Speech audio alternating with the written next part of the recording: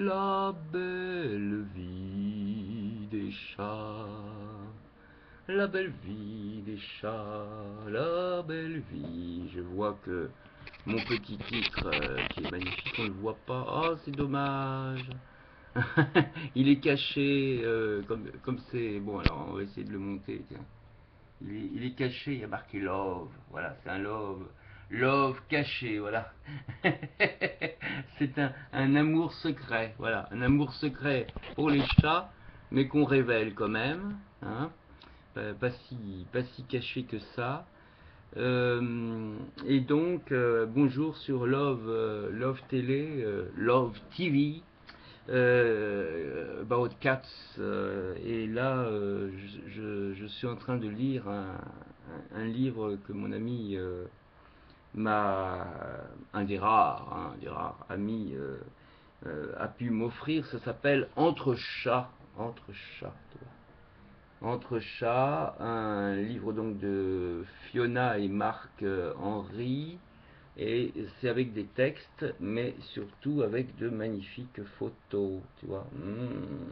La belle vie des chats. Magnifique photo. Donc là, je cite la page 36. On va croire que je n'aime que les pages 33 ou 36. Là, c'est les vieux chats. Les vieux chats. Et il est indiqué par rapport à ce que j'ai dit tout à l'heure, où je m'envoyais une petite substance.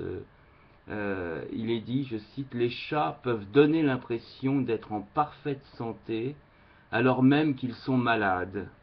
On dirait qu'ils supportent remarquablement bien la douleur.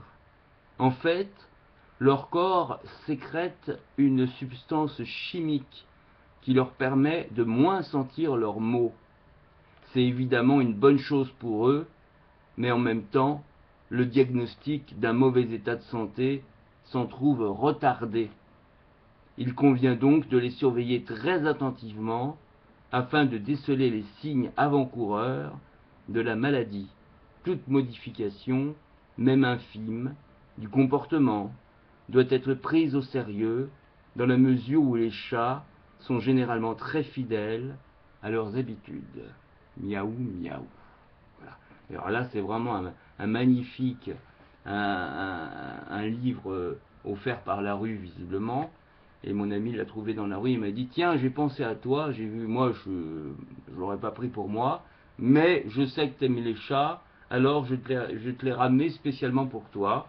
Et c'est évidemment une délicate attention, parce il est super agréable à voir, si tu veux voir des chats bien traités, super bien traités, évidemment.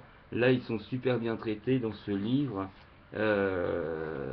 Voilà, et en plus, on t'informe, tu t'en profites pour découvrir leurs habitudes, hein, évidemment, ce sont des photos, je donne quelques exemples hein, de photos, d'admirables photos, euh, etc., etc., où on les retrouve évidemment à jouer à chat, hein. Et oui, évidemment, et voilà, c'est vraiment un super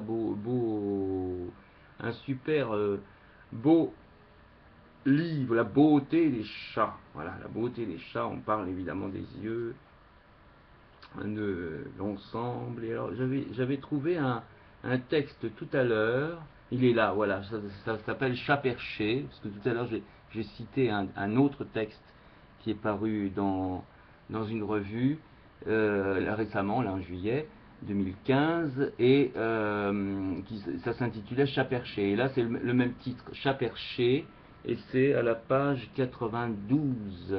Je cite donc, je cite, bien des chats dans l'histoire se sont d'ailleurs distingués par leurs hauts faits, montrant que la noble opinion qu'ils ont généralement d'eux-mêmes est loin d'être usurpée. Beaucoup d'autres ont été distingués par des écrivains, des artistes ou de grands personnages. En Asie, une légende raconte qu'à la mort de Bouddha, seuls deux animaux ne pleurèrent pas, le chat et le serpent. Le premier alla même plus loin, c'est-à-dire le chat, puisqu'il n'hésita pas, dans ces tristes circonstances, à tuer un rat qui passait par là. C'est ce qui explique, dit-on, que le chat ne figure pas parmi les animaux du zodiaque en Chine et au Japon. Cela montre en tout cas qu'en Asie, comme en Europe, le petit félin était considéré comme une créature à part, rendue exceptionnelle par son goût, j'allais dire son goût, miam miam, son goût. Non, non, non, c'est pas ça, ça va pas jusque-là, mais nous on sait que ça peut aller jusque-là, son goût de l'indépendance. Parmi les chats d'écrivains, chacun connaît celui de Pétrarque. Le poète l'aimait tant et le tenait en si haute estime que lorsque l'animal mourut, il le fit embaumer et mit le corps dans un sarcophage richement orné qu'il fit vénérer à la place d'honneur de sa demeure. Mais c'est sans doute le chat de Du Bellay qui le premier sut inspirer à son compagnon, par sa grâce et son grand cœur, une poésie digne de la beauté de sa race, à peu que le cœur ne me crève, quand j'en parle ou que j'en écris. C'est Bello, mon petit chat gris, Bello qui fut par aventure la plus belle œuvre que nature fit onque en matière de chat. C'était Bello, la mort au rat, Bello dont la beauté fut telle qu'elle est digne d'être immortelle. Voilà, c'était un petit coucou évidemment pour les amoureux des chats. Il y a un groupe Facebook qui s'appelle enfin bon, il y a le mot chat. Il y en a tellement de groupes de toute manière, ça peut plaire à tous les amoureux ou à tous les amis des chats. Voilà, ça c'était les petites aventures des chats.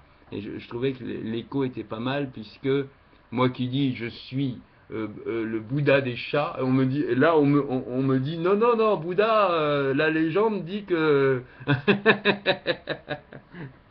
les chats sont pas considérés par Bouddha. Et moi je te réponds, Bouddha ça veut dire être éveillé, on est éveillé donc à la beauté de tout être, quel qu'il soit, y compris des vautours, y compris des araignées, etc., etc.